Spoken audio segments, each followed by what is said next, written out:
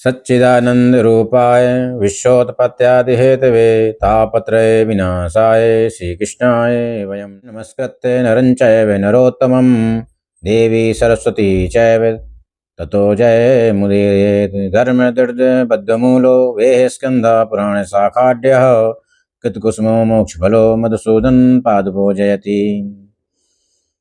बोले सच्चिदानंद भगवान की जय। बोलो श्री सीतारामचंद्र भगवान की जय। आज मैं मोक्षदा एकादशी के व्रत में आप सबको बताना चाहता हूँ।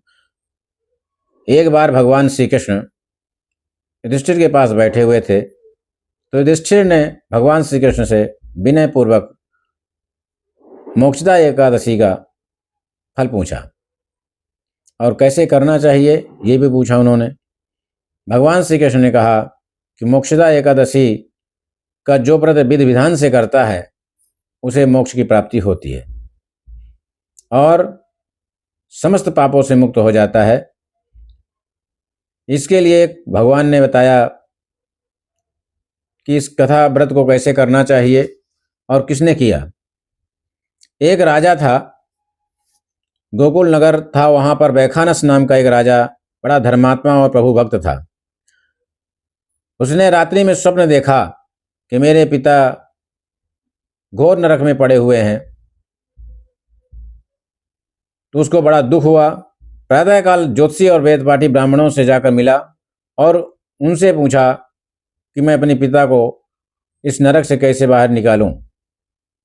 तब उन ज्योतिषियों ने बताया, ऋषियों ने बताया कि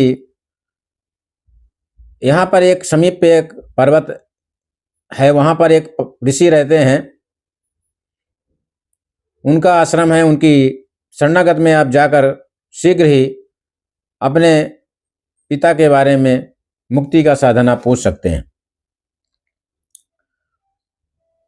तो राजा, जो वैखानस नाम के राजा थे, वो उस ऋषि के पास पहुंचे। वहां जाकर उन्होंने अपनी स्वप्न की बात बताई।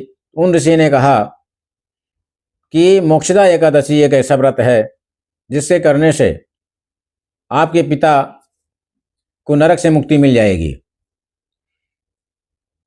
या तो भगवान भोलेनाथ की तपस्या करिए, भगवान भोलेनाथ प्रसन्न हो जाएं तो नरक से मुक्ति दिला सकते हैं, लेकिन उनको प्रसन्न करने में काफ़ी समय लग जाएगा और आपके पिताजी की तब तक काफ़ी दुर्गति हो जाएगी, नरक की यातना भोगते भोगते। इसलिए सबसे सरल उपाय है कि आप एकादशी का व्रत करिए और उसका नियम जो है उसी प्रकार करना पड़ेगा।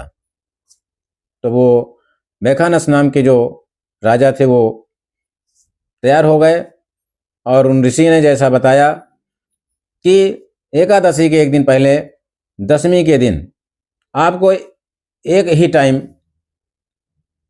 भोजन करना है और दूसरी टाइम सायंकाल आपको भोजन नहीं करना है। ब्रह्मचर्य का पालन करते हुए आपको दशमी के दिन दशमी की रात बितानी है। एकादशी के दिन प्रातःकाल ब्रह्म मुहूर्त में उठ करके स्नान करके भगवान का पूजन करना चाहिए। भगवान श्री कृष्ण का पूजन करने के बाद इस व्रत का संकल्प लेकर के आरंभ करना चाहिए। इस व्रत को इस प्रकार आप फलाहार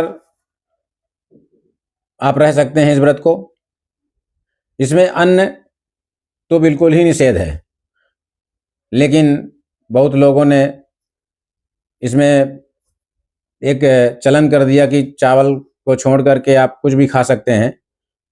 एकादशी में वैसे अन्न नहीं ग्रहण करना चाहिए, क्योंकि अन्न उस दिन पापमय हो जाता है। तो राजा ने उसी प्रकार व्रत को किया जिस प्रकार उन ऋषि ने बताया था, और इस व्रत के करने से राजा के पिता को नरक से मुक्ति मिल गई। और राजा ने स्वप्न में दर्शन दे करके पिता ने कहा राजा से कि मैं स्वर्गलोक को जा रहा हूँ पुत्र, तुम्हारे व्रत करने से, एकादशी के प्रभाव से मुझे नरक से मुक्ति मिल गई है। और ऐसा कहते हुए राजा को उसके पिता स्वर्गलोक की ओर जाते हुए दिखाई पड़े।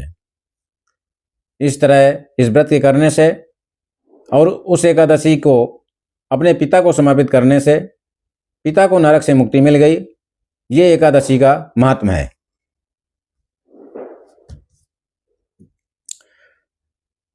इस तरह एकादशी के व्रत करना चाहिए। एकादशी के व्रत करने से समस्त पापों से मुक्ति मिल जाती है और मनुष्य समस्त पापों से मुक्त होकर के भगवान श्री नारायण के मोक्ष धाम वैकुंठ को प्राप्त होता है और इस पर आवागमन के चक्कर से मुक्त हो जाता है। ये एकादशी का महात्म्य है। एकादशी के व्रत हमेशा फलाहार करना चाहिए, कम से कम खाना चाहिए। जल पीकर रहें तो बहुत अच्छा है। इसलिए अन्न का बिल्कुल भी त्याग कर देना चाहिए और किसी को भी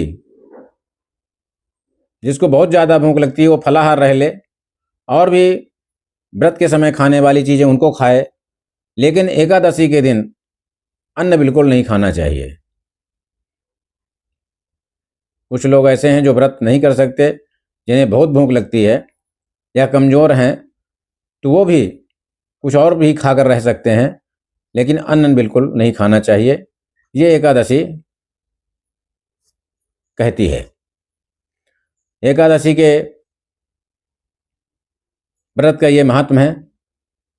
और कोई व्रत आप रहेंगे तो आपको पाप नहीं लगेगा, कोई दिक्कत नहीं होगी। लेकिन अगर एकादशी का व्रत आप नहीं रहते तो एकादशी के व्रत न करने में पाप लगता है। इसलिए एकादशी के व्रत सबको करना चाहिए, क्योंकि कहा गया है यथा समस्त देवानाम श्रेष्ठो विष्णु प्रकृततः तथा सर्वव्रतानाम चाचे श्रेष्ठ में एकादशी व्रतम। अर्थात जिस तरह सभी देवताओं में भगवान विष्णु को श्रेष्ठ कहा गया है, उसी तरह समस्त व्रतों में एकादशी का व्रत श्रेष्ठ माना गया है।